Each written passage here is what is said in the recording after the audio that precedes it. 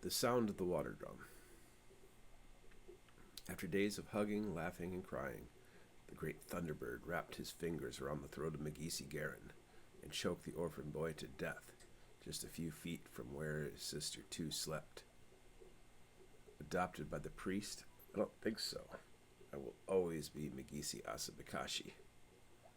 Tu had tried to explain her dreams, something about her last name, but Megisi refused to listen after he understood what adoption meant. He didn't get a choice in being a ward, and that ended all talk of changing their last name. As soon as Megisi stepped out of the unfinished dormitory, he could breathe again, and standing barefoot upon the land of his ancestors gave him strength for the coming battle. He still remembered every square inch of the property, but under the blanket of darkness, he walked to a place he rarely stood.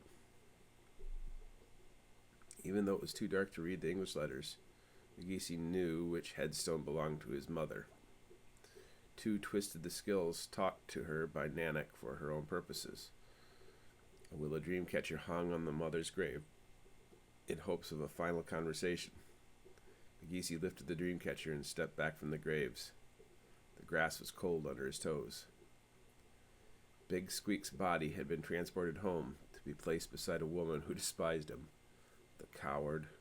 Not only had Big Squeak failed to follow his own destiny, but he interrupted Miss Megisi's destiny, assaulting the elders who'd come to help with the vision quest. Grandfather, mother, and father were now placed in the ground, casualties in the war, a war he'd played a part in, and now I'll finish it, alone. Megisi had to sift through all the lies to understand the truth. If Tu could be believed, she'd learned the Song of the Manitou and had carried fire, affirming her destiny as a Wabano, a fire handler. One person alone, however, could not defeat the Horned Serpent. Even though his hands were scarred, he could still serve another role, the role of the Great Thunderbird. In the tales, the enemy of the Horned Serpent was a Thunderbird, a supernatural creature somewhere between a storm cloud and an actual eagle. Megisi particularly remembered the tale involving the boy Ayash trapped on the island, and how the boy offered his eyes to the Horned Serpent, only to betray it, leading it into the waters, and laughing as the Thunderbird came to destroy it. The Wintermaker and his Takpai might be laughing now, but soon I will stand over their corpses. To do that, Megisi needed a weapon stronger than a turtle shield. Holding the Dreamcatcher, he walked south until he found the place where Nanak's cabin and sweat lodge once stood. The foundation of the cabin remained knee-deep rubble, and a place where the sweat lodge had been built, a promontory of stone above the Blue Knife, also in rubble.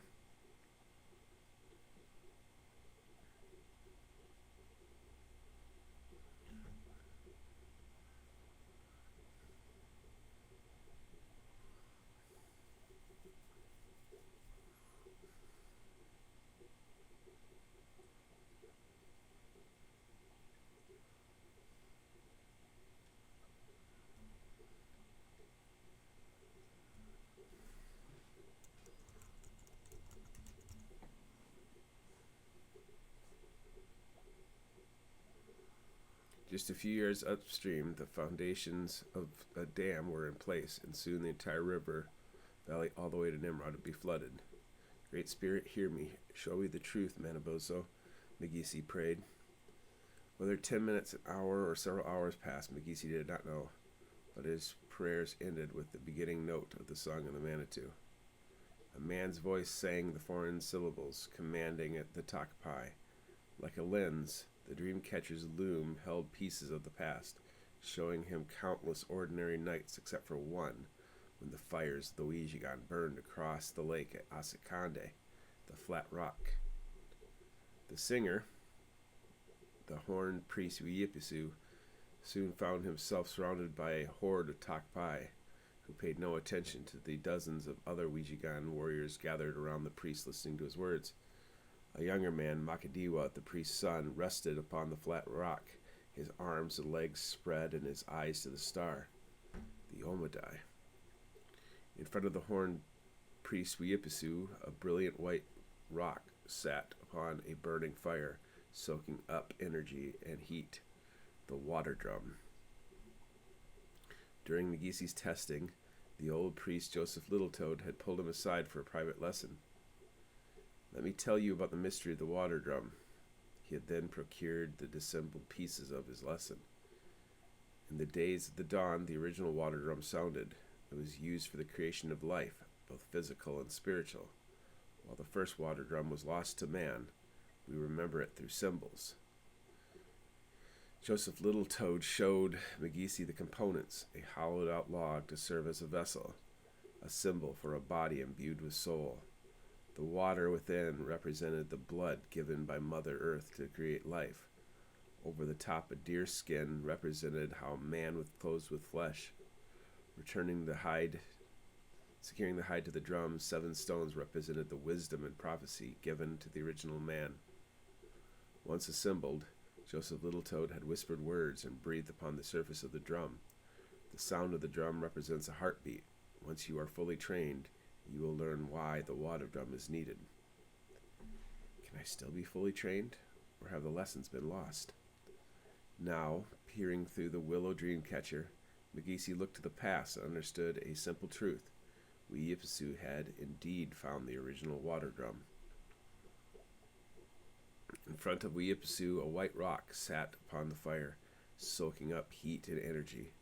Then a gunshot sounded in the distance, followed by several more blasts. War cries and barbaric yops sent the camp of Ouijagan followers into disarray. Makadiwa's tethers were cut free, and just as a war party of white men and Indians came crashing in from the west. A moment later, another war party came from the north, where the town of St. John would be one day. Joining the scattering white men and Sioux were a party of pillagers. Then something strange happened. Makadiwa reached down to pick up the white egg, and the skin on his hands immediately sizzled and burned, sloughing off in a bloody mess. He screamed in agony until Weepisu rushed over, pushed his son aside, and with mitts of deer hide, lifted the stone and set it in the middle of the canoe. Crying, Makadiwa followed Weepisu to the canoe, where a heavy chest had already been placed. Even with bloody hands, he grabbed the handle and fled Asadakande. Father and son paddled across Lake Manitou towards the Blue Knife River. Half-dozen canoes with armed white men, as well as more native warriors, tried to cut off the escape, though Magisi's ancestors reached the river before they did. Just as they passed the tall mouth of the Blue Knife, 4 snipers fired down from the top of the ravine. The escorting canoes veered off to engage the snipers, allowing Weepisu and Makadiwa to continue. As father and son passed the Nicolet Rapids, Weepisu beached the canoe. Makadiwa, go ahead without me. You must hide the water drum in the ironwood log where no one can find them, and then flee to the north. I won't leave you, father, Makadiwa answered. You must. It is our destiny. Go on ahead, and I will give you time to hide the sacred treasures. So Makadiwa paddled upstream alone. Could it be? So close? Magisi followed the path to the dreamcatcher, to a cave.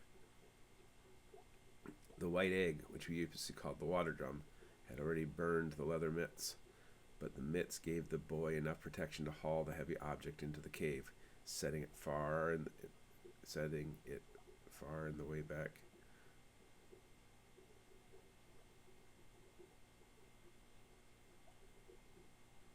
Setting it far in the back, away from the light. Next, he dragged the heavy chest out of the canoe and up the rocky slope, pausing halfway from exhaustion. In the distance, gunshots could be heard.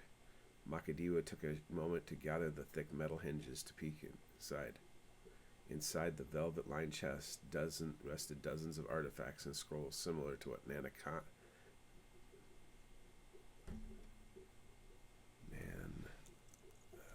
Conan had used while introducing him to the Song of the Manitou.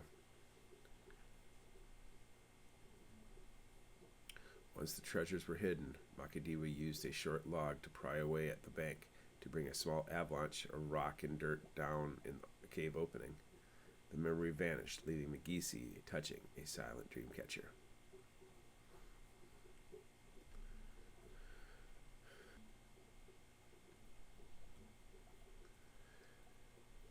Chapter 59, A Fair Trade.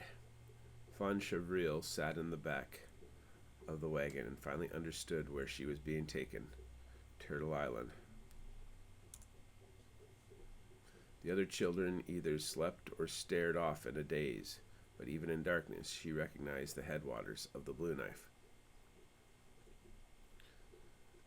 The armed men guarding the children remained somber, as if not for the figure sitting on the front bench. Fawn would have believed she was being sold into some sort of slavery. Worrying kept her awake while the others slept on. A single lantern led the wagon down the road reserved for the Zaganash during the day. White Earth had become a boiling pot of hostility, and the thought of leaving, however uncertain, filled Fawn with optimism. During each day, when the wagon was hidden in the undergrowth, she tried to determine where she was being taken. Now that she spotted the Nimrod Crossing Bridge, she knew. Blackfish wasn't lying.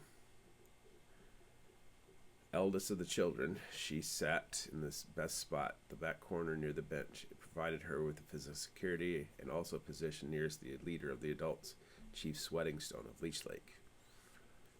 "Why are you doing this?" Chief Sweatingstone flinched as if returning from a far-off place, and he slowly looked over his shoulder at her.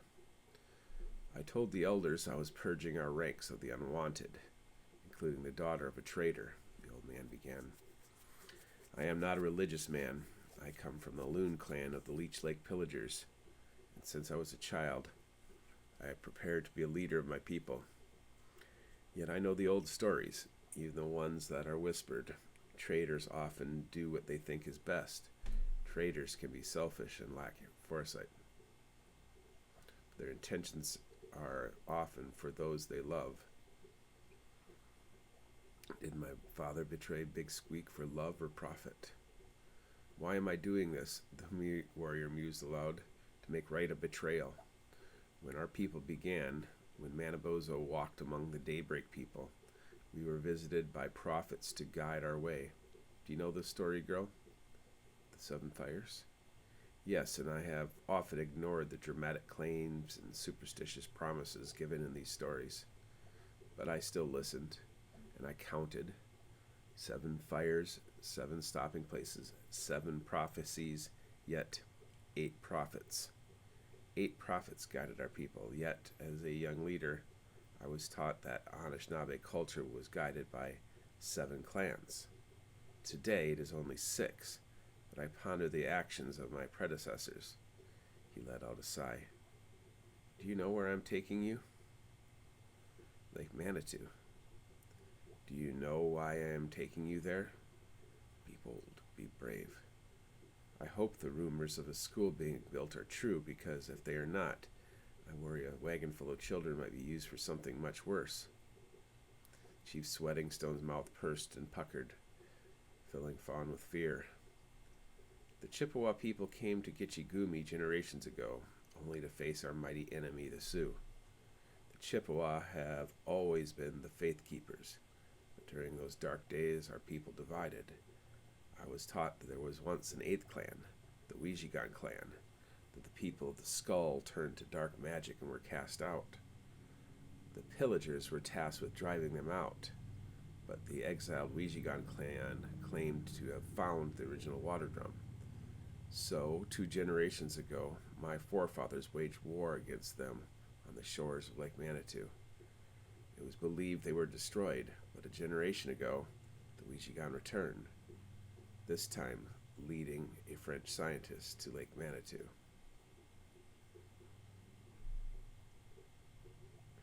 "Did the children at Bleeding Rock know they were going to be sacrificed?" "Is he going to kill all the children?" Fawn prepared her legs to leap from the wagon into the darkness. "So why are you taking me to Lake Manitou? As I said, I am not a religious man, but I can look around and see that an illness has come over our entire nation. When our people were united, we defeated all enemies in our path. Now we are only 6 clans and might lose the last of our reservations. In fear, my ancestors once turned against the Weejigan clan, But now my grandchildren are the last of the great Wijigan. I will not turn my back on them in their hour of need. Good. Fawn relaxed a bit. But something is still not right about this. A wagon continued through the night, led by lantern down the dark road. A few hours later, the trek ended with another lantern appeared. Fawn woke the children, fearing the unknown.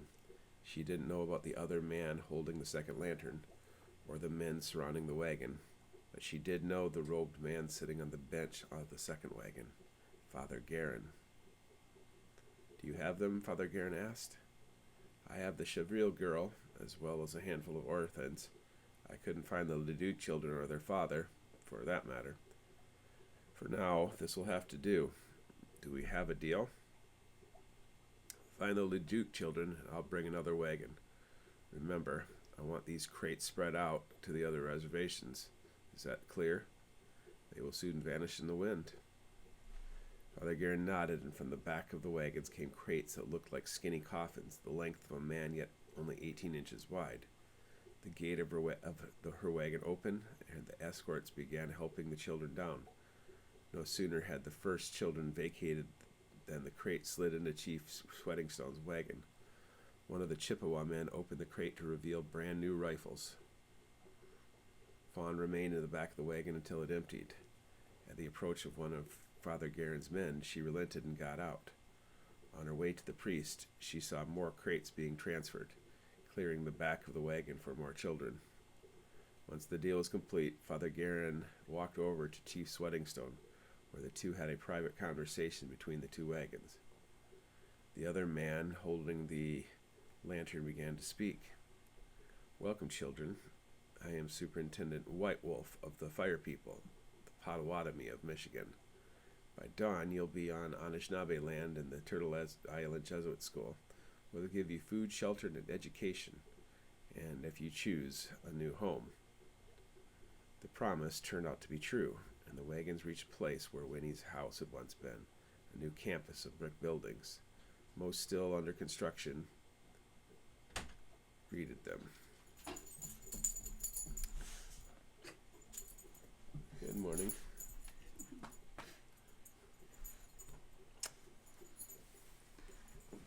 Sleep well?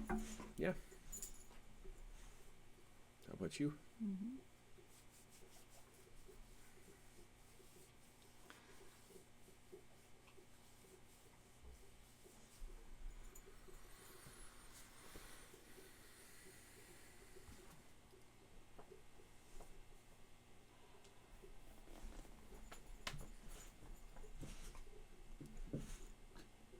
She's got a little pep in her step. I guess so.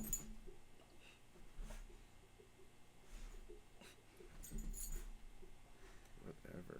You have a good day. You too. You stay up here with them? You coming out?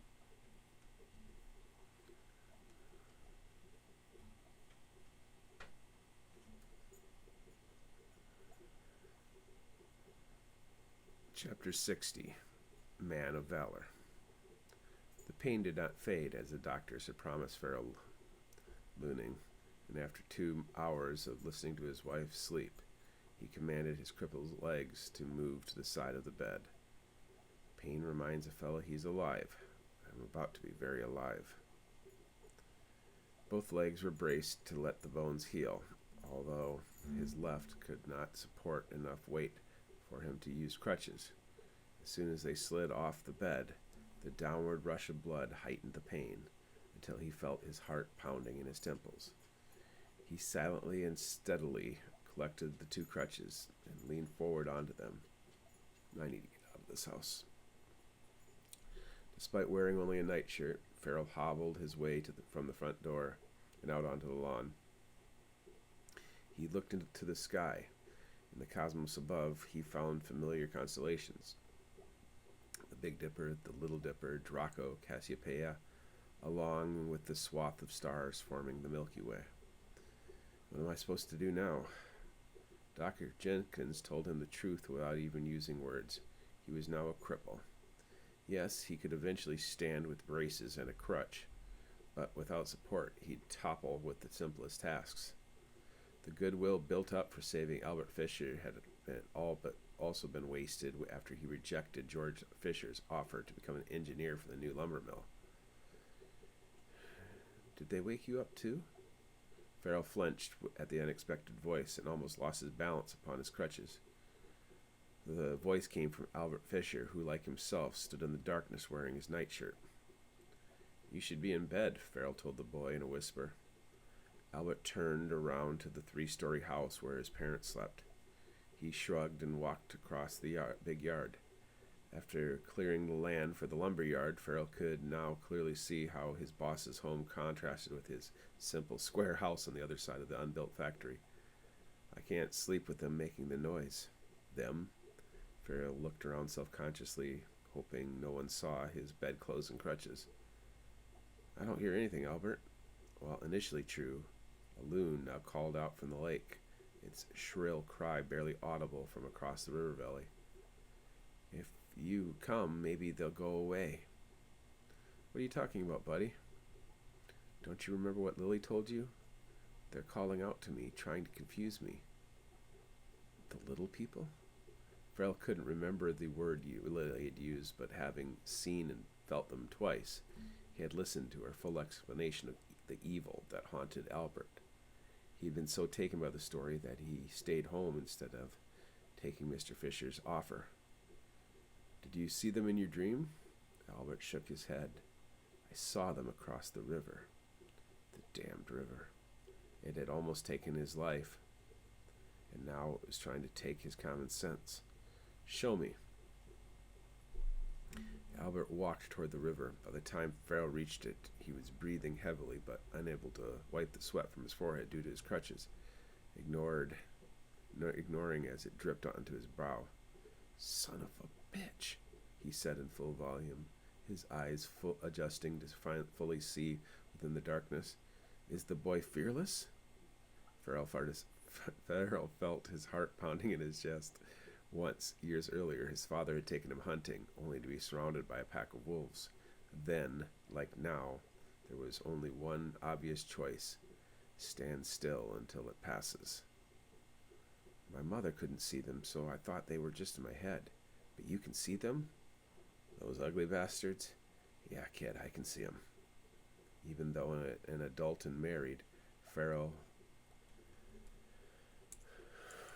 felt like a child as his mind raced to comprehend the reality of the boogeyman. With red eyes, shadowy faces, elongated arms, and bodies covered in wispy quills, the creature stood on the edge of the water. So they won't cross the water? Lily is right. This is as far as they can go. Normally they stay at the lake, but something has made them angry. Terror turned to machismo. Hand me a rock. What? Pick up a rock. Hand it to me. Fight or flight, his father had taught him. That day in the woods, the two yelled and screamed, sending the wolves running. Placing his weight on his right armpit and using only his strong arm, he chucked the rock across the water, sending it crashing to the opposite shore. The closest creature snarled and retreated. Have there always been this many? Farrell asked, counting several others that remained. No, but each time somebody dies near the water, another Takpai wakes. How does he know this? Has he been talking to Lily? Wakes? Lily said they are servants of the Wintermaker, but I think they might be something like demons from the Bible. Albert's simplification didn't help. Demons, huh? Well, maybe now is a good time to get my cross back. Albert shook his head. I think something really bad is going to happen. I worry about Lily. I think she needs us. Farrell had tried to put the beautiful young woman out of his mind. At first, his pain blinded him, but as he healed, he became aware of how intoxicated he'd been by her beauty and paranormal stories. When Father Guerin returned, Farrell felt relieved that the temptation was gone. Is she in danger? The two of us? Think we'd lose a fight to a rabid dog. There's a reason we can see them and nobody else can. Farrell bit his lip as he conquered his fear. Good point. Give me another rock. A handful, actually. I don't like the way they're looking at me. After 3 tosses, the rest of the Takpai vanished into the darkness. Well, maybe now you can sleep. I've chased them away. All you did was drive them back toward Lily. Phil realized both of them stood on the eastern shore while the creatures stood on the near side near Lake Manitou and Lily. Well, shit. I tell you what, you go get some sleep and I'll do the same. And when morning comes, come help me get my wagon ready, and the two of us will ride over to the reservation and see how she's doing. He made sure Albert returned home before he turned back. Halfway to his home, Albert turned to face the darkness. If there's always been there, he thought of his near drowning in the lagoon and recently in Split Rock Creek. Why are they suddenly awake?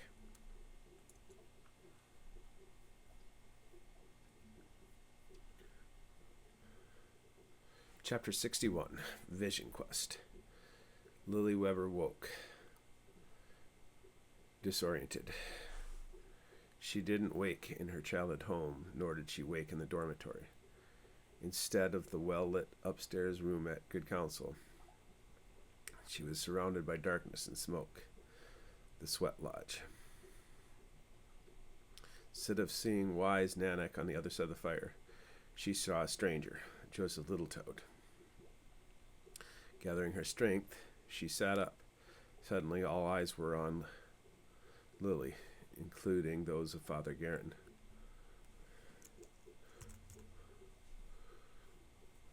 She could not keep from studying the pink scars on his visible flesh, for he, too, laid on his side on the cool earth, his cheek pressed to the ground. He was seeking his own answers. She could not keep... the blanket men also sat in the lodge, each in his ceremonial location, waiting. This is wrong. The people are all wrong. She dreamed of being in a boat, with Bjorn Forsberg in the bow, keeping watch with Albert Farrell, McGeesy, Fawn, Kermit, Martin Nielsen, and Father Guerin. Lily had a shepherd's hook to pull drowning children from the water, as the horned serpent and foul Tokpai swirled around in the water, plucking the children away from her. Now she was surrounded by strange men. It was the 4th day since the ceremony began, and now there were fewer than had started, and she worried it would ruin things. Joseph Littletoad, who sat at the western position of the Cedar Man, snored through the day, somehow sleeping in a sitting position with his chin resting upon his chest. Clyde Speaks First also slept, sitting in the southern position of the Birdman. Opposite of him, James Graysky looked at the peak of the lodge, taking deep breaths, holding them, and then releasing them with a quick huff. Superintendent White Wolf served as a conductor, sharing his Potawatomi version of the ritual as the guide for the group. He even held his own replica of the water drum, which he used for the opening of the ceremony. 2 newly hired teachers served as doorman and fireman, and even though Lily had forgotten their names, she'd never forget their expressions as she proved to all of them that she was indeed an authentic Wabano, a fire handler. Now we'll see if I am granted my vision. For most of the 4th day, Lily found herself alternating between staring at Father Guerin or staring at the construction of the Sweat Lodge, the willow branches, basswood, and cedar bark.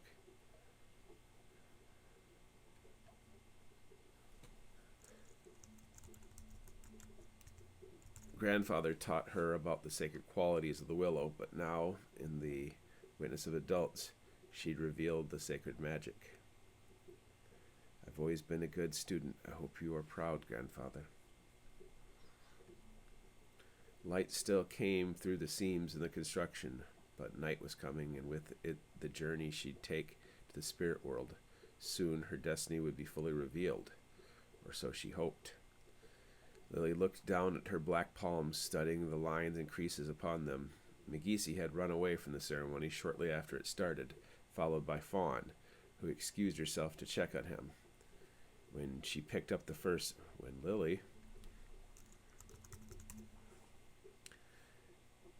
first stone, she saw their faces change too. By the time she lifted the second stone from the coals, Father Garin also looked at her differently, but not in the same way as the children. 7 stones now rested upon the womb of the earth, and beside the small pit, Lily counted the minutes, waiting for sleep and magic. But I also wait for purification and guidance. She blinked, and when she opened her eyes, the elders were sitting in position, prepared. Take this piece of cedar, Joseph Littletoad instructed, and place it in your mouth. Let it guide your tongue as you speak to the spirit sent to you. The gritty piece of wood immediately adhered to her tongue, drawing the little moisture remaining back into the bark. The flavor made her hungry, and her stomach twisted and gurgled at the cruel trick. The doorman opened the flat, and the sweat lodge exhaled into the night sky. At the crescent altar, a new fire heated more stones for the final night of the ritual. Lily saw that Fawn watched her with wide eyes, peeking into the lodge with a smile and confident nod. McGeesy must be fine if she has returned. One by one, the heated stones were brought into the lodge, and once the door was closed, Lily passed out. When she woke, others were in the lodge with her. "Why are you doing this to me?" a man whimpered. The voice came from beside her, a couple of feet from the piles of stone. "He's not lying down. It's just his head." Lily propped her own head under her arms to confirm what she saw. The head was not severed, but the body appeared to be buried in stone. "Please, kill me or let me go," the head spoke, weak and disoriented. No one else seemed to see it, and in the blink of an eye, it was gone. The western door of the sweat lodge opened, and for a moment she thought the ghost of her father had entered. Even though constructed with 4 doors, only the eastern door served as was functional in the lodge. The western door was reserved for spirits. "No, he's not my father. He's too young." "Huh," the young man said, sitting cross-legged upon the ground in front of where Garin appeared to be frozen in time. None of the other participants appeared to move either. "I know him. I saw him leave the willow tree." "What a tangled web you've woven, Lily," the young man said, as if pleased with himself. "How did you do this?" "I'm in a sweat lodge," Lily answered. "It's the 4th day, so you're communicating with spirits." He looked above his head. "Under the willow. Same place, same tree, just different branches. Death magic surrounds us. It's just as you said." "Who are you?" Lily asked. The young man shook his head. "Not yet. Today, I need your help. I'm just the binding holding 2 branches together. Give me your hand." Lily laid still upon the ground, but she managed to extend her hand to the apparition of the young man. When she wrapped her fingers around his, Lily saw another apparition holding his other hand. The young man turned to the new apparition. "Go ahead. Speak to Lily. She's listening." The second apparition sat on the other side of the stones, opposite of Lily. But when she spoke, Lily recognized her from the vision of the trestle bridge. "Grandmother Spider?" The voice was slurred as before. "I need your help. I found it, but I don't know what to do. If you can help me, then I can help you. Can you sing this for me?" With her free hand, the apparition reached across the timeless fire to display a strange notebook with pictographs written upon it. In doing so, the woman blocked the radiance from the heat, revealing her deformed face and her dark clothing marked with a drawing of a fierce thunderbird. It's the song of the Manitou. It was only a fragment, but it was similar to what Grandfather had shown her. "If you can help me with this one section," the scarred woman said with a lisp, "I can do the rest on my own." With her last bit of strength, Lily drew a breath and began to sing. She didn't even need to look at the paper. In her mind, she saw Grandfather's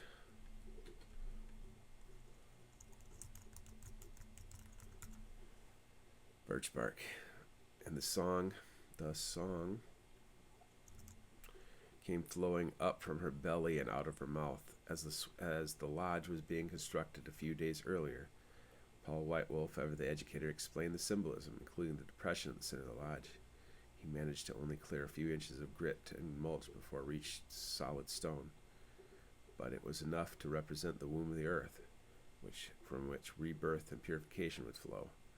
The predictable heat of the sweating stones gave way to a permeating heat from below the earth. All the tension in the past few months vanished as she bent to the will of her destiny.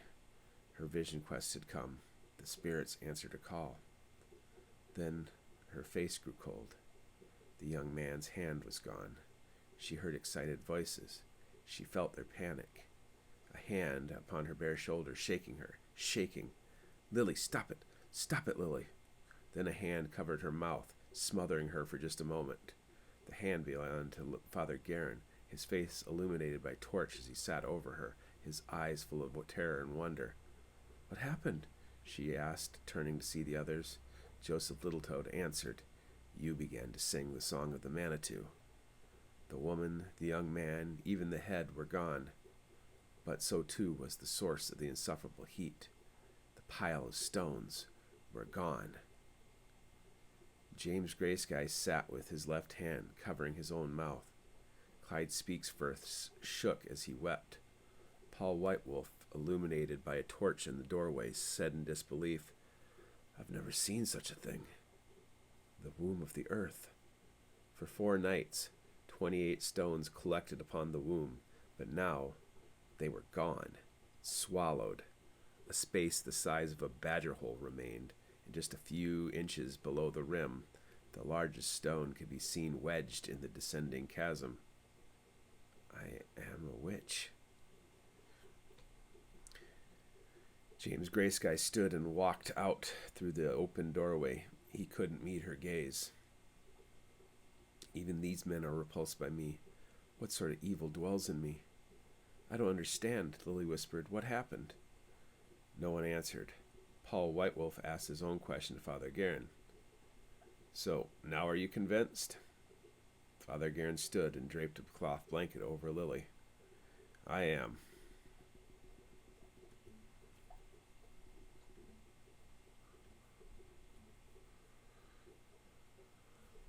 After the vision quest, Father Guerin and Superintendent Whitewolf resumed construction and preparation of the school, leaving Fawn Chevril to guess at what was going to happen next. Lily didn't want to talk about it. McGeesy sulked also. The blanket men stayed, but their conversation with Father Guerin were always in private. For Fawn, much of August was spent watching boys playing games while the girls worked on ornamental regalia. She sat now with 3 of her new friends, sewing beads onto leather as the adults gathered together in the main office, while McGeesy taught the game of 4 sticks to the new boys living with them at the school. Lily sat apart from the girls who watched for their own entertainment, forcing Fawn to break the rule, chatting publicly with Miss Weber like she was Lily. Everyone now walked on eggshells around her, especially after the vision quest, but Fawn had waited long enough. "Why are we all just sitting around waiting for something terrible to happen?" Fawn chuckled wetly and patted the ground for her to sit. "Nobody knows what to do. Too many priests, I guess. Too many interpretations." "Is that why you're crying?" "I'm crying because I'm the one that made this mess." "Why do you say that?" "Because McGeesy keeps blaming me for everything. He acts like I killed everyone with my bare hands." Fawn leaned into Lily, putting her head against her shoulder. "Both of you changed. You can't blame yourself for any of this. We're dealing with things that shouldn't exist. But McGeesy is right. I didn't listen to Grandfather. I sang and woke the evil that slumbers in Lake Manitou. It's not stopping either. We have to figure something out." "What do you mean it's not stopping?" "Do you remember the farmer who visited yesterday? The one with the broken legs?" "No, that was Farrell and Albert. Yesterday. The blonde farmer, Mr. Martin Nielsen." "McEwen? What about him?" "He said there was a house fire that took the lives of 2 little girls." They lived near the lake by Sterling Junction.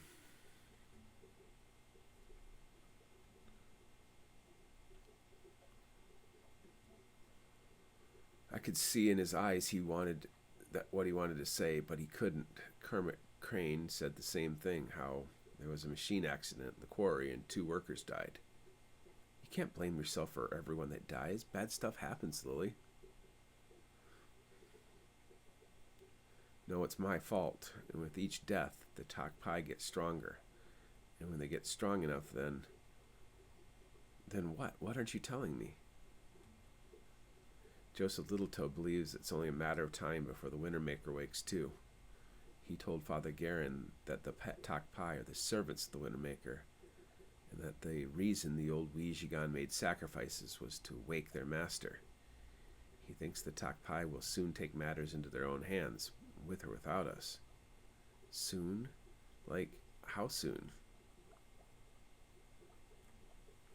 Lily shrugged.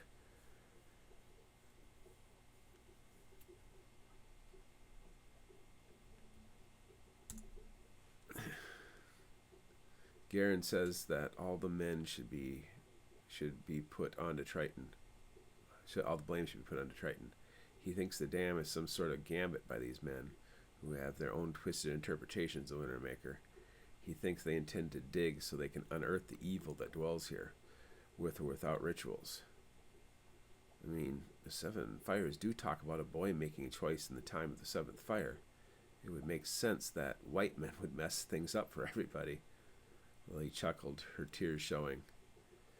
Littletoad thinks it'll be sooner. Our people remember the story of the Wintermaker with the constellation Orion, which we call Babuniki. He's literally called the Wintermaker because when the Earth's axis tilts away from the sun, Orion appears with the arrival of winter. So the Wintermaker is coming this fall? The autumnal equinox is the 3rd week of September. When it arrives, Littletoad thinks the spirits will be at their strongest. So the clock is ticking, Fawn. But how do you fight something like this? What is the Wintermaker exactly? Is it a real water serpent, or what? I listened to Father Garin, Mr. White Wolf, and James Graysky all agreed that in both religions, the horned serpent represents the same thing, which means I'm going to be facing some sort of demonic spirit looking to rise up from the grave. The river of souls and heaven are synonymous with the up place, and thus water in both religions is the down place. This evil sorcerer has managed to keep his soul from moving on, and with it stuck here, the plan is to once again come back to life. I guess that's where I step in. The rest of the children played, unaware of the dark conversation. To do what? Fawn asked in a whisper. Lily looked around at the students. That's the terrifying part. We think I'm supposed to unleash the magic of the Song of the Manitou upon the Wintermaker, but it's all dependent on having a few things. The sacred shell, the original water drum, and the Omadai. What do? The sacred shell, we think, is a written version of the original Song of the Manitou. And Conan passed down much of it orally, but this is the oldest, most accurate version. According to tradition, it was lost generations ago, but I think I found a way around it. In my vision quest, and a few times before that, I've encountered apparitions. One of the apparitions is from the future. She's reached back through time to me, and during my vision quest, she sang a new part of the Song of the Manitou, the one that turned the solid stone to pudding. Fawn interrupted, having seen the melted depression. What about the water drum? James Graysky told me that every Midday has a symbolic representation for the original water drum, which was some sort of tool that the great creator used when making the world and bringing life. The 7 fires speak of it being used, and in order to defeat the Wintermaker, the original needs to be found. Where is it? Nobody knows. Garen believes it is more than just a drum. He thinks the water drum is at the center of each religion's creation story. Lily glanced at her, a small smile on her face. You were right about him. He's not here just to help our people. I knew it. He calls it the water drum.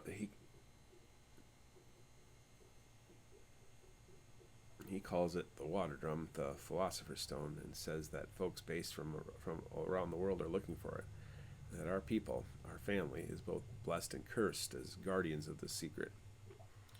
But you said no one knows where it is. If you believe the Seven Fires prophecy, which is hard not to believe now, it says a young boy will receive a vision showing where it is hidden. Vaughn turned to the boys playing four sticks in the distance. McGeesy? I don't know if the boy has to be part of the Ouijagon clan, but if it does, he's the one with the only blood heirs left, aside from the old blanket men. Have you talked to him about it? I've tried, but since he's returned, he's not been the same. First, he blamed me for what happened, and second, Where are you going? Fawn marched across the yard, and as she neared, she noticed how the boys stiffened. McGeesy, we need to talk.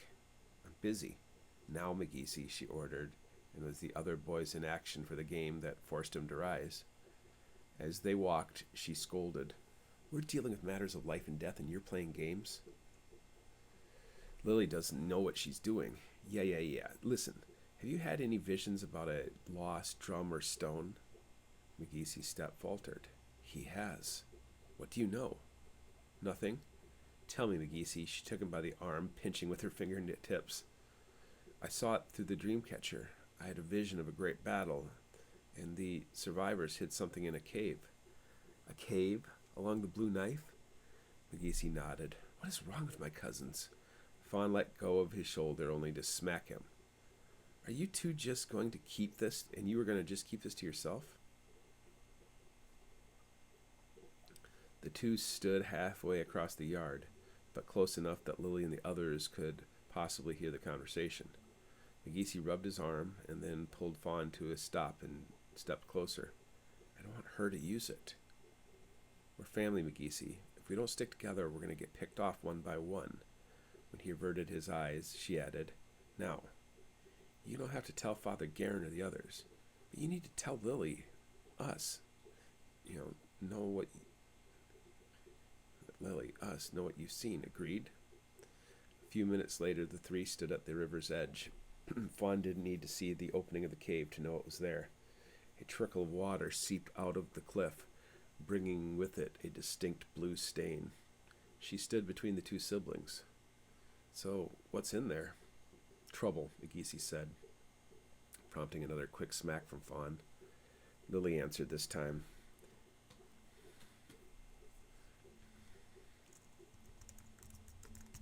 Grandfather taught me that the Winter Maker, when he was a man, used the power of the water drum to keep his soul from drifting away.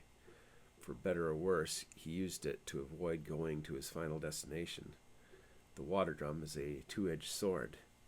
It can give him his victory over death, or we can use it to undo the magic surrounding this place and send him and other souls to their resting places. McGeesy shook his head. What? I'm not saying she's wrong, but never mind. What, McGeesy? Lily looked like she would cry. Just say it.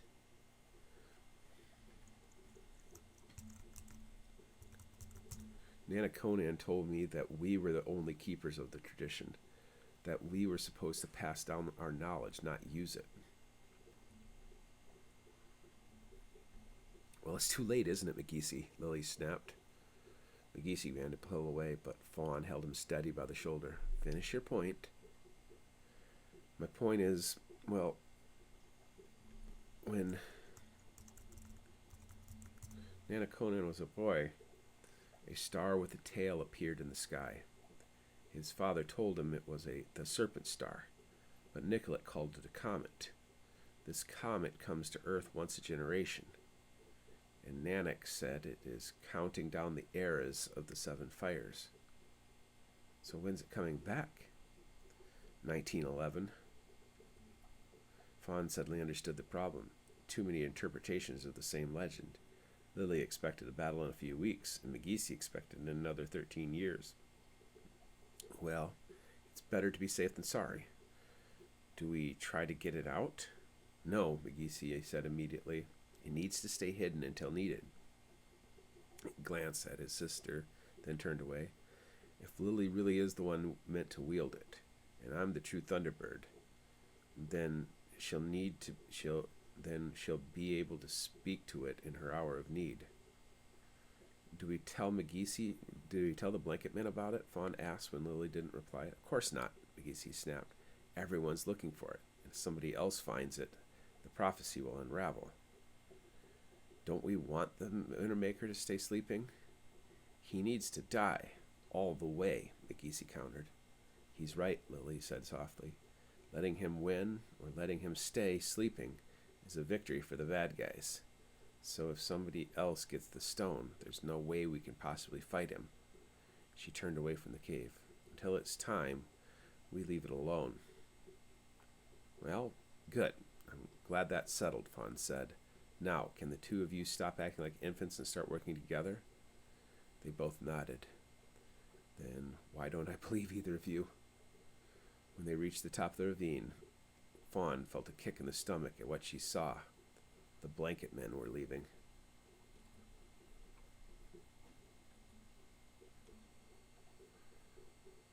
Chapter 63, The Medawewen Lodge.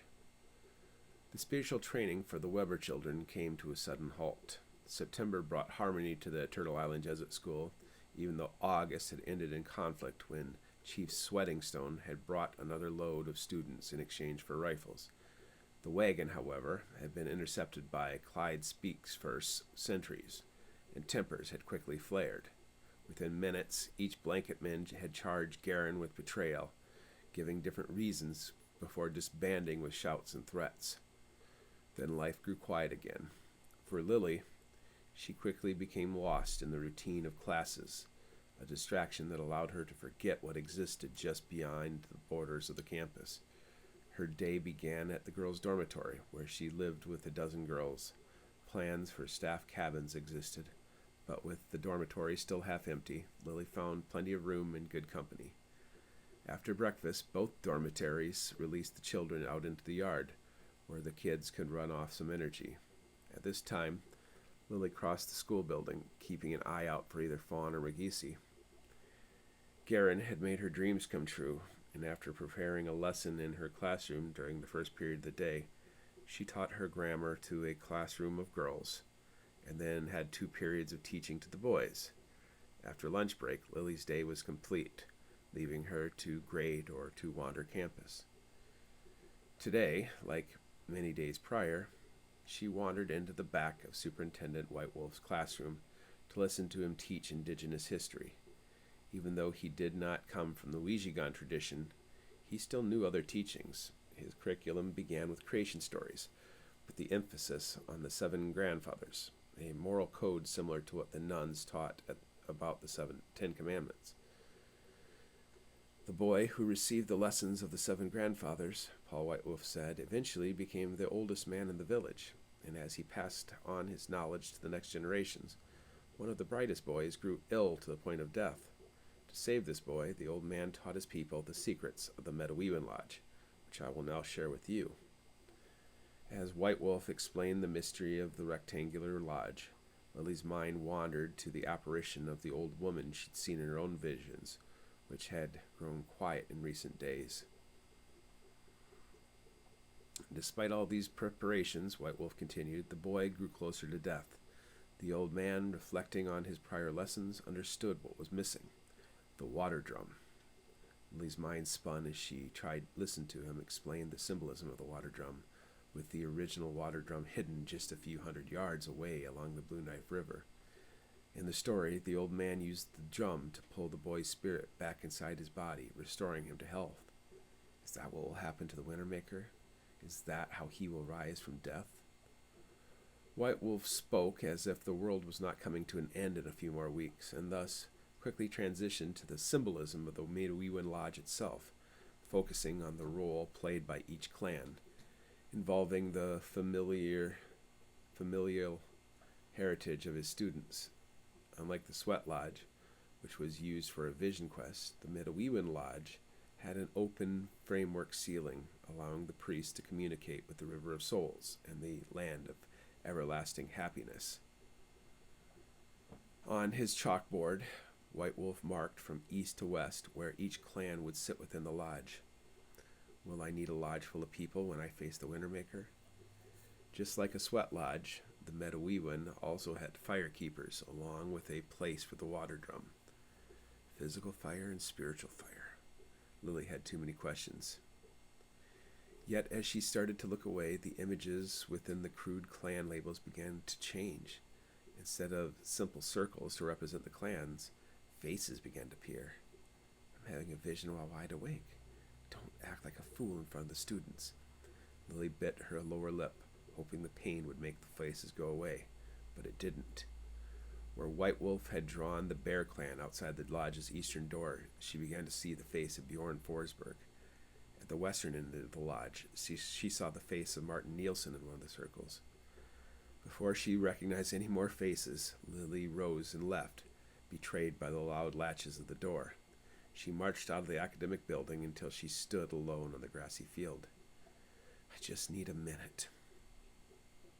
She put her hands on her hips and lowered her head at the sight of the distance. Her creator was surely laughing at her, for standing with Garen at the school office was Martin Nielsen. The two shook hands before Nielsen returned to his horse. Seeing Lily standing alone, he tipped his hat to her and rode away. A premonition? Is something about to happen with Martin? Lily also saw her. Garen also saw her and headed toward her. Miss Lily, how was your day? I think you've made a big mistake. Oh, care to explain? I know your reasons for building this school. You gave me my heart's desire. But I can feel something growing. I can feel it in my fingertips and toes, getting stronger by the day. I'm not a coward, and I'm not going to run from a fight or from responsibility, but by bringing these children here, I worry you've put their lives in jeopardy. How so? If things go wrong, what if things go wrong? I know when Jesus sent out his disciples, they were able to cast out demons and heal the sick, but what if I fail? What if the Wintermaker wins? Then we will have set up a buffet table for him to choose from. Father Garen put both of his hands on her shoulders as if to steady her, looking up at him. Lily found herself staring at his clean-shaven upper lip. She leaned up and shame caused her to pull away. Tell me what you need. Tell me, and I'll be sure you have it. I don't know.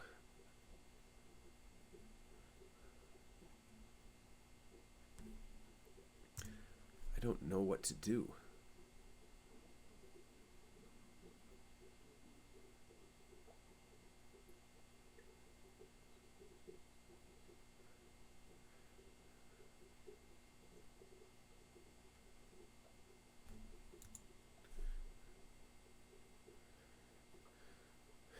It wasn't quite the truth.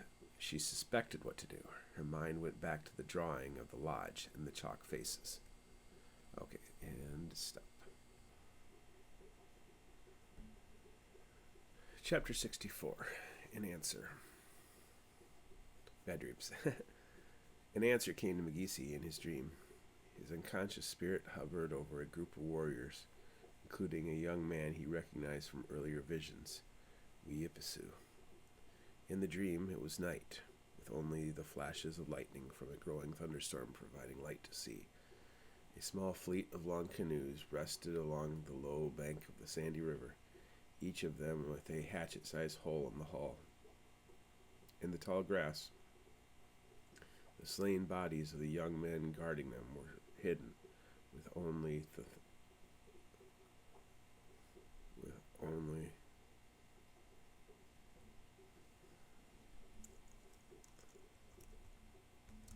Thunderbird able to see the victims. Weepisu was younger than in the previous vision involving Flat Rock at Manitou. Now he was a strong war captain, his skin smeared black. He let the cold rain fall upon his back as he laid in the tall grass, his face just feet from the closest canoe. In the distance, a different type of thunder filled the air, gunfire. even though miles away to the south, the pop and crackle of it indicated the ferocity of a battle that contrasted with the heavy breathing in the tall grass. They will use the thunderstorm to flee, Weepisu told his people in a whisper. Prepare yourself for my command. Moments later, the sound of moccasins upon the mud grew louder. Weepisu had placed himself between the Detroit River and Lake Michigan, leaving no way out but victory. The small creek emptying into the Detroit River exploded into froth as a dozen figures crossed the knee-deep water. Weepisu tightened his grip on his axe. The splashing ended as soon as it began, and when the lightning flashed, the fleeing warriors stood at the opposite end of the canoes. Although wet and harried, the features of the warriors were distinct. Meskwaki, or as the French knew them, the fox. No sooner had the closest Meskwaki warrior laid hands on the nose of the canoe than Weepisu burst from the tall grass at its stern, a signal for his men to attack. In the dream, Magisi watched as the hidden Chippewa warriors ambushed the fleeing Meskwaki warriors, the storm and suddenness of attack swirling together in chaos and carnage.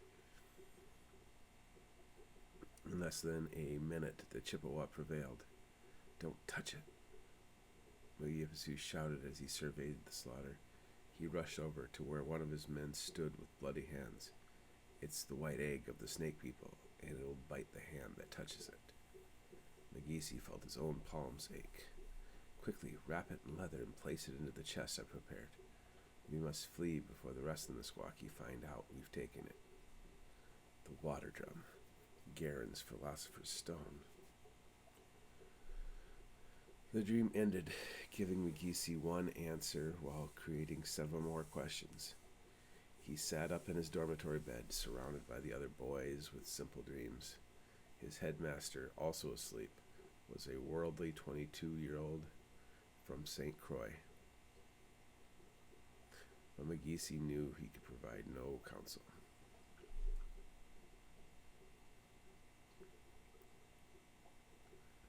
With bare feet, Magisi tipped out of the building and sat down in front of the steps. In what had been a field a week ago now stood a dozen buildings, dark silhouettes under the night sky. He looked past them to the stars. Where are you, Serpent Star?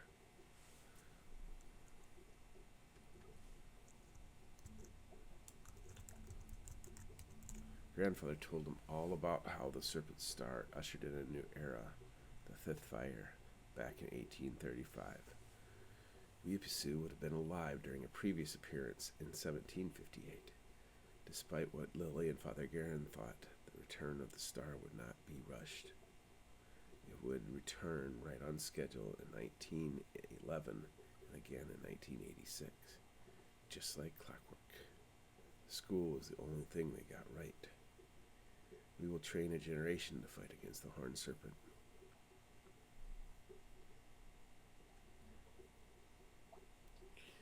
He rubbed his eyes and squinted. He studied the distant sky, searching for the Wintermaker. Instead, he saw a group of adults walking across the yard toward him. Guess I'm in trouble for being out of bed. A clicking noise sounded to his side, and after seeing the metallic glint of the pistol, he understood it was the cock of a hammer. Magisi didn't move as another man came from around the corner. Huh? Is this the one? A man whispered to another as several adults converged to the steps. None of them were Garen's hired thugs. See, the Great Spirit has seen fit to deliver him to us without incident, another said. I know him, Magisi thought, seconds before a rough hand covered his mouth.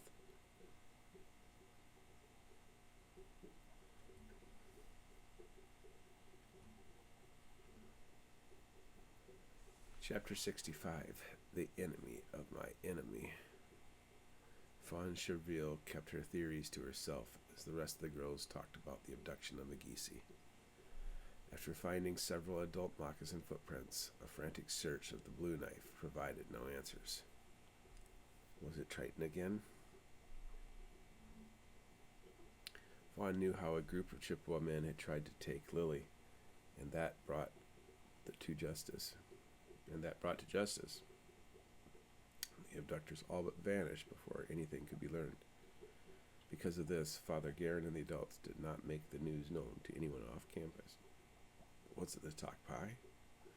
The paranormal explanation terrified her, but she understood the reality of the threat. The Wintermaker is coming, and the talk pie are growing stronger. If they use their magic to snatch the strongest boy at school, what chance did the rest of them have? All of Sunday, allies and horses rode in and out of the camp to update Father Guerin, who sat on the porch with Superintendent Whitewolf.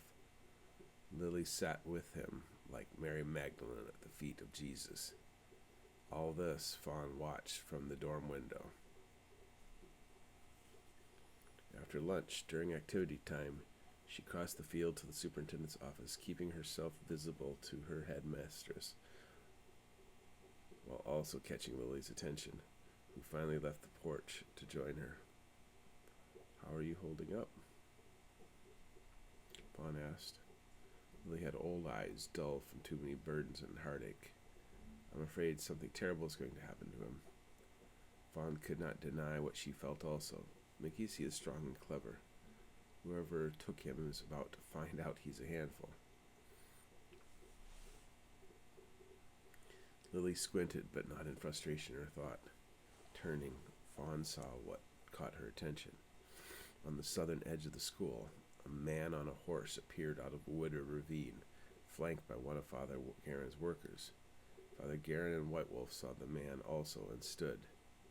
Even from a distance, Fawn could see the man's head was as bald as a cue ball, and had twice the girth of a normal man. Lily whispered, "Halvar-Dobie." "Who?" "Triton." The black horse stopped in front of the superintendent's office, but Dobie did not dismount. "It appears we share a problem," he said in greeting. Lily and Fawn moved closer. "Did you take him?" Father Guerin asked. Fawn could see him reaching for his revolver ready at his hip. Dobie slowly shook his head. "We took someone, but not the boy. I want to make something clear. We had nothing to do with Adam Thunderface killing the old medicine man or woman either. Whatever happened, it was between them." "Liar. What about Big Squeak?" Father Guerin appeared unconvinced. "Yet your lawyers were ready to claim the land. Life is so ironic." Halvar-Dobie pursed his lips, making his thick muscles squirm. "As the Nicollet Dam supervisor, I'm tasked with the security of the facility. And one of our greatest concerns is domestic terrorism, chiefly a threat from your Chippewa revolutionaries." Fawn turned to see Father Guerin's reaction, but he was stone-faced. "So a while back," Dobie continued, "when my security team found moccasin prints, we asked to question your kidnappers ourselves, the men who abducted Lily." "You mean tortured?" Father Guerin clarified. "Honestly, Father Guerin, I'm surprised a man such as yourself even trusted civil authorities." He scoffed. "I work for Triton and protect all of its interests, and you stand in our way on several of those issues. But now that the business with the dam has been mostly resolved, my focus is this new threat." "What threat is that?" Dobie winced, putting a hand to his side. "The man we interrogated was from Isle Royale. He'd be part of that fracas you certainly read about in the newspapers. This malcontent later came to Bad River Reservation, where he received new orders from a crazed zealot who sent him to Lake Manitou to abduct the children of Big Squeak." Halvar turned his eyes to Lily, then away. "You know who I am, and I know who you are, Father Guerin, and as much as I admire this little chess game we've been playing with the pineries in the north, we can't have a third player ruining our game, can we?" "Do you know who our third player might be found?" "Yes. I've been keeping an eye on him since this summer. I know what you're planning this winter, but this fellow plans on stealing your revolution, just as he stole the boy from your camp. If you don't stop him, I'm going to have to do it. And you won't like the methods I employ. Where did this guy come from? Lily took a step closer, wanting to ask the questions Garen failed to. But Lily took her by the arm. Father Garen glanced at them and asked, "Where is McGeesy?" "Where else would he be? All these scattered Chippewa will gather at Onigam to collect their annuity payments, along with your man, Chief Sweatingstone. And that's where this zealot will turn your protest into a bloodbath." His eyes swept the area before he added, "You've been warned." Firehandler-Audio turned his horse around and trotted toward the dam site. Father Garen watched him leave before bursting into anger with a series of kicks to a chair he'd been sitting on. I invited the fox right into the hen house. Superintendent White Wolf walked to a group of concerned staff members while Father Garen charged into the office, leaving Fawn as stupefied as Lily. "Where are they taking McGeesy? Is McGeesy at Leech Lake?" Lily's eyes dropped, dejected. "I think so. I don't understand," Fawn muttered. "Who took McGeesy?" "It wasn't Triton. It was our own people. Our own clan." "Chief Sweatingstone?" "No, worse," Lily said, and headed for the porch at a fast walk. Fawn followed, and when she reached the porch, she could see Father Garen already packing to leave, including his gun. Lily crossed right past the threshold and into his private chambers. Lily flinched with surprise. There are no longer barriers for these two. Lily took no notice of being in his bedroom. "You have a responsibility to protect the children here at the school. Paul knows what he's doing. He'll keep you safe." "You can't go to Leech Lake alone," Lily snapped. "Let me come with you." Father Garen paused, glancing at her. "Don't worry, I'll find your brother. Little Toad's men won't let you near him or the boy, especially after how it all ended," Superintendent White Wolf explained, coming to stand behind Fawn. Fawn had heard the stories. The first time the blanket man came, Big Squeak Kid chased them off with threats and violence.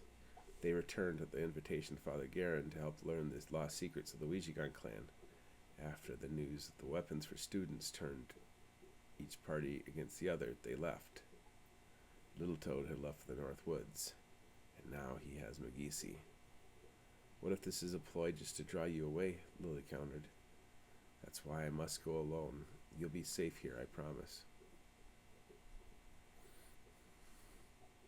Anger and heartache flashed over Lily's face. Losing him would be the end of her.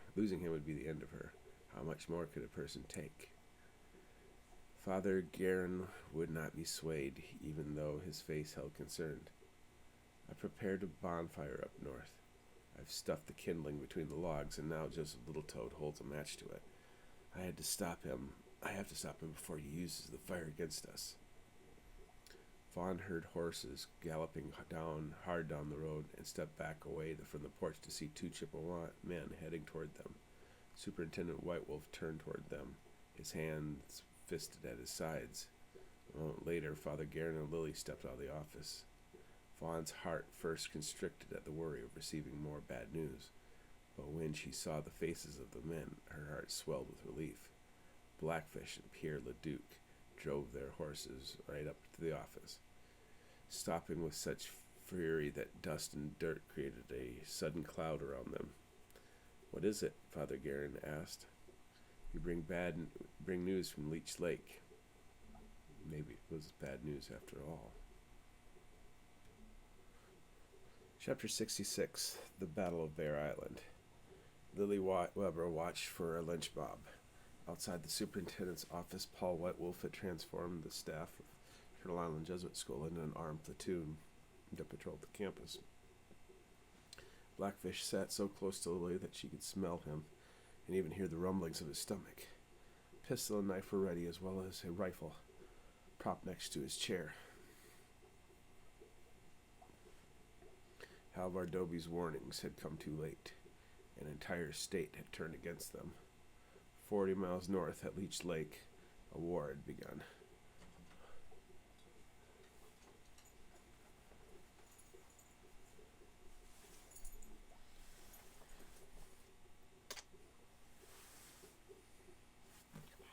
See you later.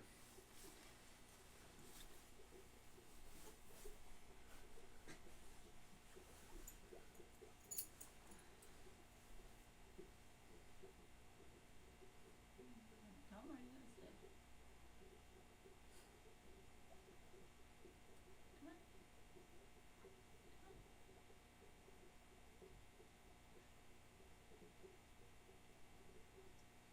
Come on.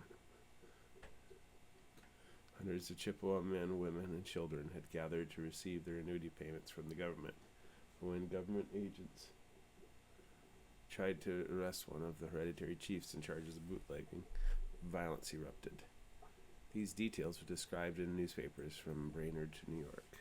What the world didn't know was that dozens of Chippewa men were well armed, ready to create an incident worthy of the newspapers. Yet there was something that neither the U.S. government nor the armed Chippewa understood.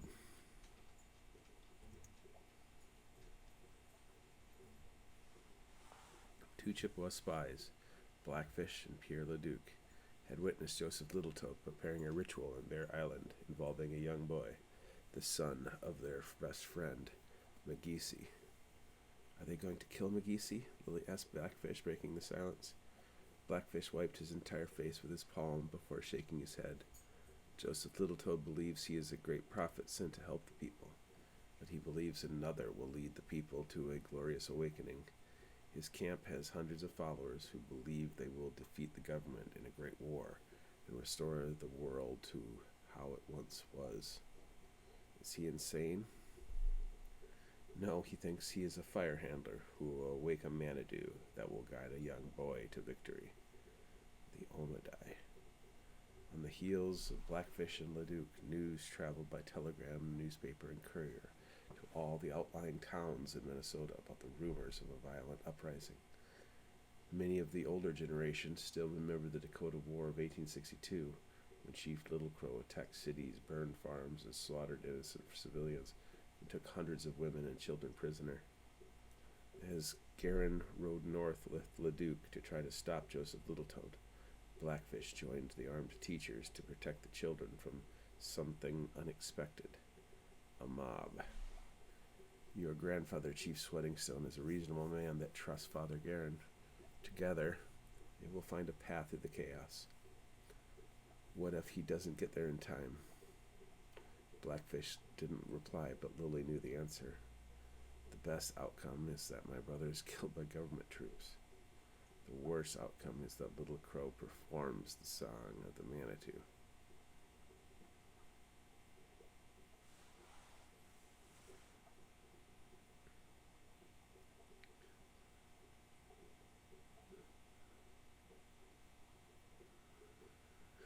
The truth was now known. Nanaconan served a different purpose than Joseph Littletoe, although both were descended from the Ouijagon clan. Grandfather believed that one day the Wintermaker would rise, yet would be defeated, cast into the depths of the underworld to fix a great schism in the natural world. Joseph Littletoe believed he could wake the Wintermaker as a savior to the people in their time of need. Why am I a prisoner if Joseph Littletoe needs my brother? As I said, Littletoe believes he is a prophet, yet he is a false prophet. Your family has kept the truth to the generations, and when Littletoe fails, he will come looking for what is missing, and only you know the truth. Littletoe doesn't have the full song, but then again, neither do I, and the only thing I could give him is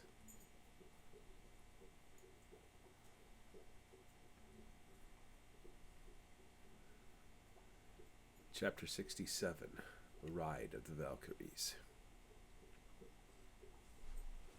Bjorn Forsberg kept his attention on the tall grass along Nimrod Road, waiting to pull the trigger. He kept his horse at a slow walk, knowing that the pheasants would either run or take flight when he got too close. Once he reached the turn in the road, the pheasants would have no choice but to take flight. His plan was foiled as a rider came down the Nimrod Road. Hey, I know that horse. Grim. Martin Nielsen slowed his horse for a moment and then waved at Bjorn, who returned the wave and beckoned him over. Guess the pheasants will have to wait. He spurred his hearse out of the ditch and up onto the road. Hey, things still quiet down here? Bjorn nodded. You just come from up north? Utter chaos up there. I'm just relaying news to Superintendent Whitewolf. Oh yeah, what's happening? By the time Father Guerin got to Walker, it was already a shit show. To put the Chippewa in their place, the locals sent a platoon of soldiers to Bear Island to arrest the bootleggers, and those who resisted arrests are at Anigam. Not only had the bootlegger suspects fled to Bear Island, but the troops came across a religious ceremony as well. So when a shot was fired, the scene turned to chaos, and soldiers were immediately pinned down by sniper fire and an unexpected number of Chippewa warriors. How's Father Guerin? By the time he got there, General Bacon showed up by train with a couple hundred soldiers. They loaded them up on steamers to surround the island, like they did at Gull Lake. Except this time, the steamers were sitting ducks, and the ships were turned into target practice for the Chippewa marksmen hidden in the woods. By the time the shooting stopped, almost 24 men were killed or wounded, with almost 70 more men pinned down at the island. A shit show, Bjorn repeated. And what about Father Guerin and McGeesy? Father Guerin was on the steamers. He wanted to talk some sense in the Chippewa, but it was more than just the bootleggers on the island.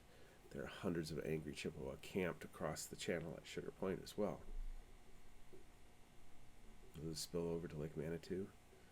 It's like Custer's Stand all over again.